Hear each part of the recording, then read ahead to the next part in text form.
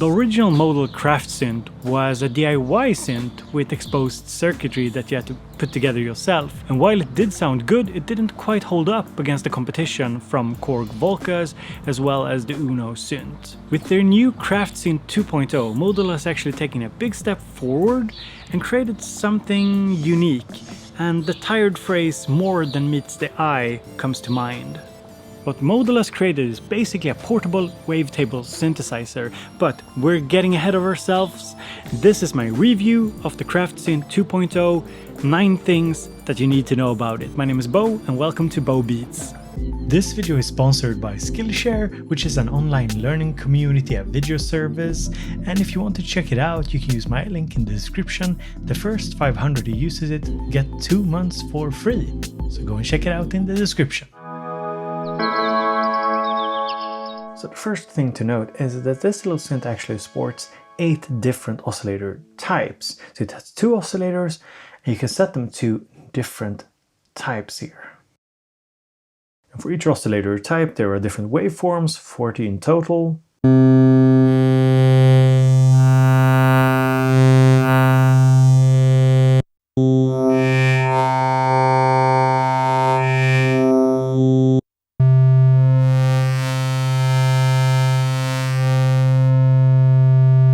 We'll get to modulations later, but yes, you can modulate the waveforms, so you can have like an LFO sweep them, for example, which is really cool.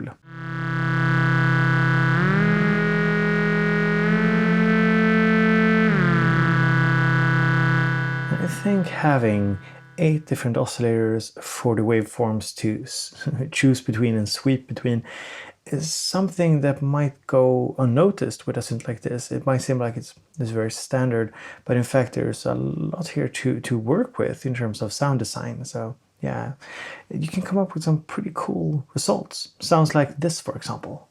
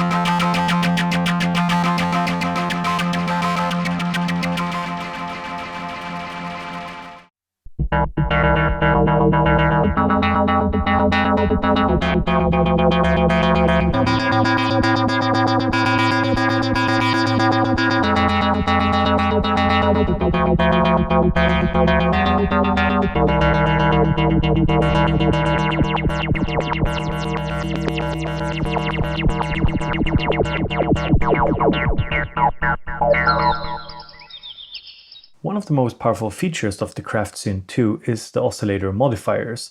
There are 16 different types, and it's easiest to show here on the iPad. So if I just hold here, I can scroll up. There are 16 different types, and you can easily set the amount of modulation by holding Shift and just turning this one here, increasing it.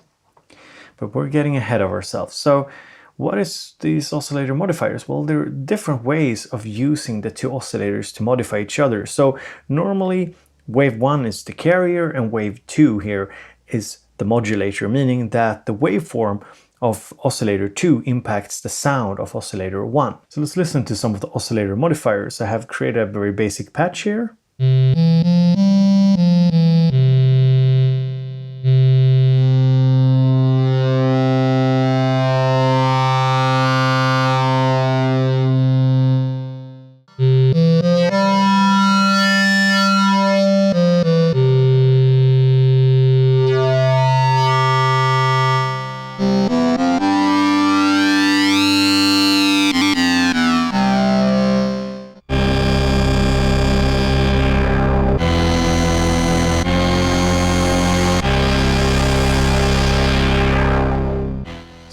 Scraping the surface, but the combination of the multiple different waveform types that you have available and the 16 modifiers can make for some truly interesting sound design choices and sounds.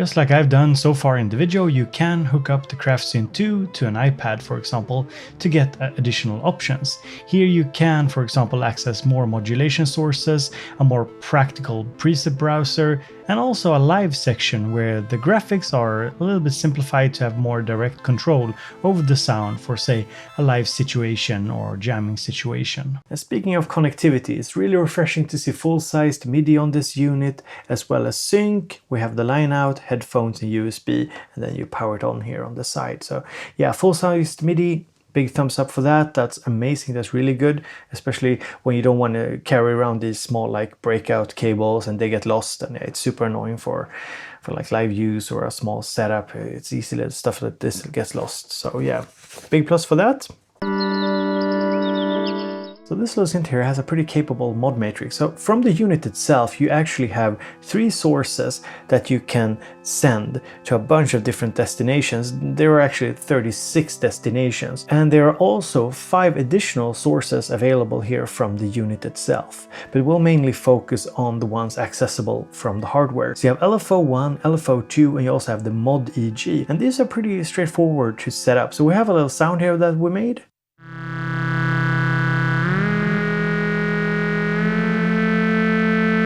Okay, so what do we want to do with it? Well, we might want to assign an LFO. So what you do is simply you hold down LFO here. Let's see here. Let's assign it to the cutoff. So we can of course program the LFO with the iPad, but let's do it from the unit itself. Here we have rate, shape, and LFO mode, corresponding to the same over on the iPad.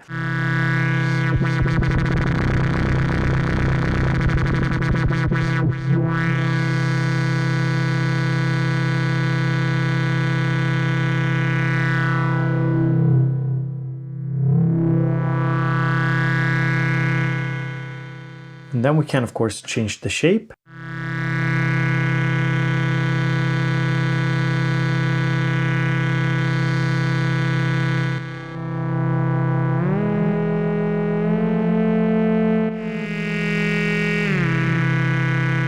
And we can change the mode here to free instead.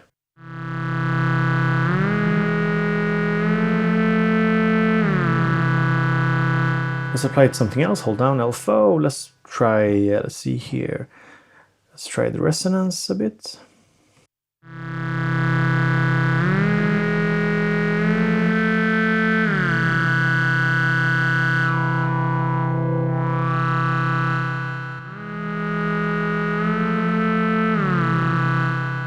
Okay, let's see here. Let's set up LFO number 2 here instead. Let's go LFO number 2 to, let's see here, to wave. And let's change it here from the iPad instead. It's pretty slow. I don't want a random. Let's do free as well.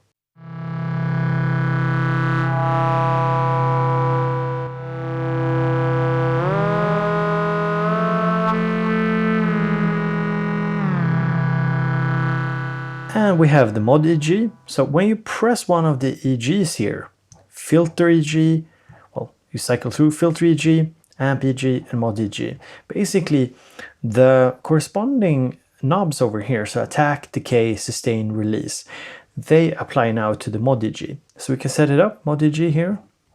So let's do a bit of attack, some decay on this, some sustain, a bit of release. And now let's hold it, and I want to do, let's hold shift, I want to apply it to the mod here, the oscillator mod.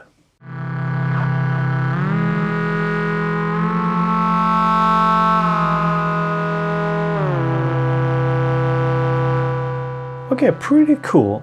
So that shows you how easy it is to set up Alpha 1 and 2 as well as the Mod EG. And then of course on this unit here we have additional options that we can set up. So you for example have note, velocity, mod wheel, expression and aftertouch that we can assign to different parameters as well.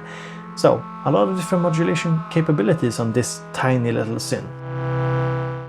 before I talk about the big downside of this synth, the build quality, I want to talk a little bit about my sponsor, Skillshare. Skillshare is an online learning community with over 25,000 different classes in various subjects, art, design, music production. So if you're tired of good-looking long-haired Swedes on YouTube, you could just go to Skillshare. An annual subscription is less than $10 a month, gives you total access to everything, and there is plenty of good tutorials.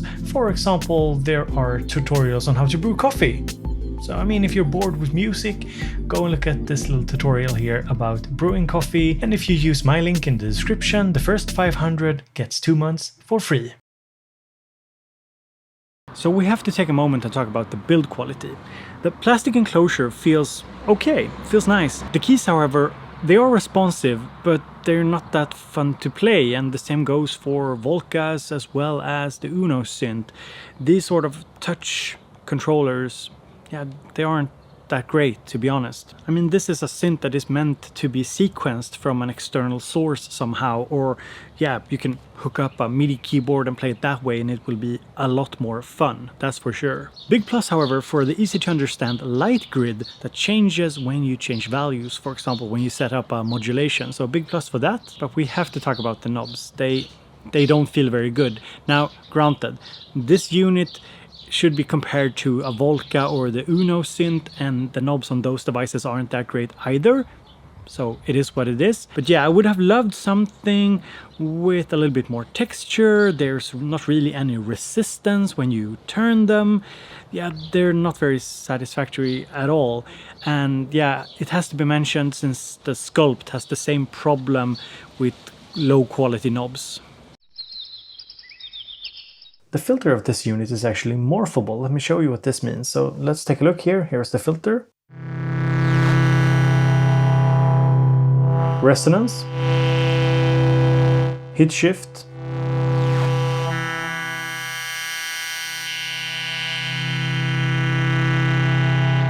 So as you can see, we can go from a low pass, a low shelving, kind of a band pass, to a high pass.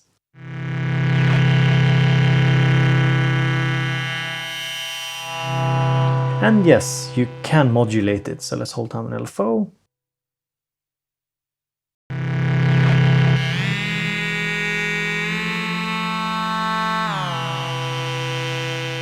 Here we controlled the morph with LFO number 1. Very cool.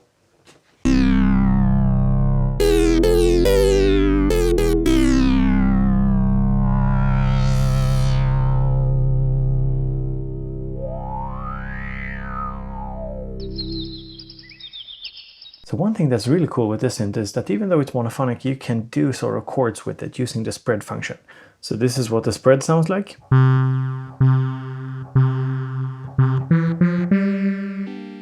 But we can also do major,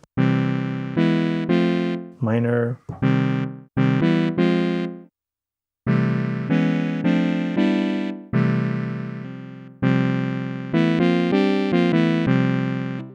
and also just different octave shifts. So not only being able to do unison type sounds, but also chords makes this much more usable than you might first think.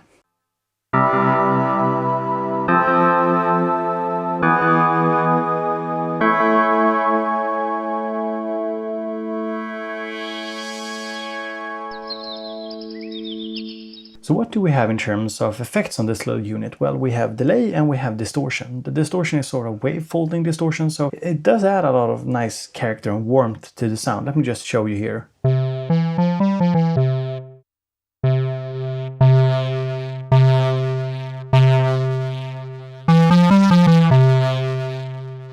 So without distortion, adding distortion. Has a bit of like a gritty tone to it, I like it. And then we have the delay. So we have delay here, increased amount, time, and feedback.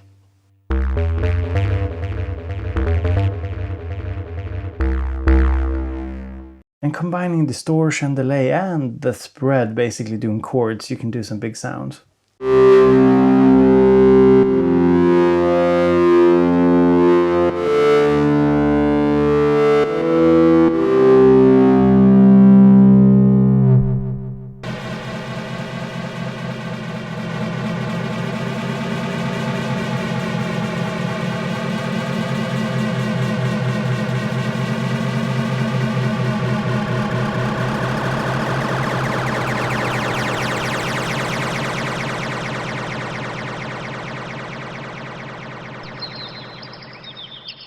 This unit also sports an arpeggiator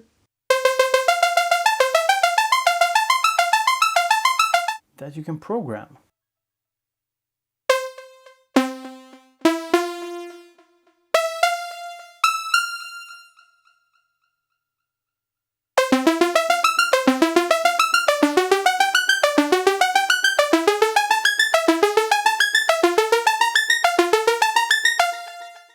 So the arpeggiator and sequencer is quite rudimentary, but it works. It's good fun to have.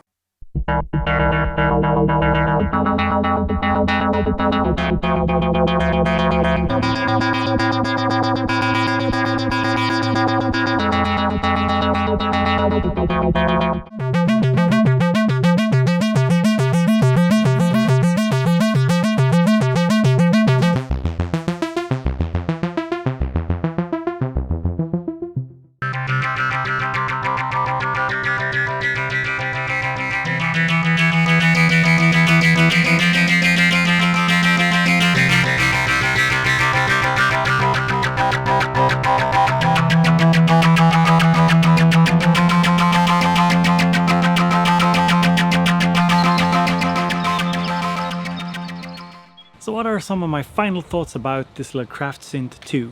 Well, it's actually a lot of fun. I was a little hesitant about it at first. I thought it sounded average. And then I realized, wait, you can change the oscillators on it. You can change the wavetables. And then it kind of opened up to me. And I think some of the sounds I've showed you in this demo shows that it does have a lot of sound shaping potential. So for sound design on the go, awesome. To use in a small battery powered or portable setup, superb. In a bigger setup, if you're going for more high-end equipment, I think it's easily overshadowed by more expensive pieces of equipment.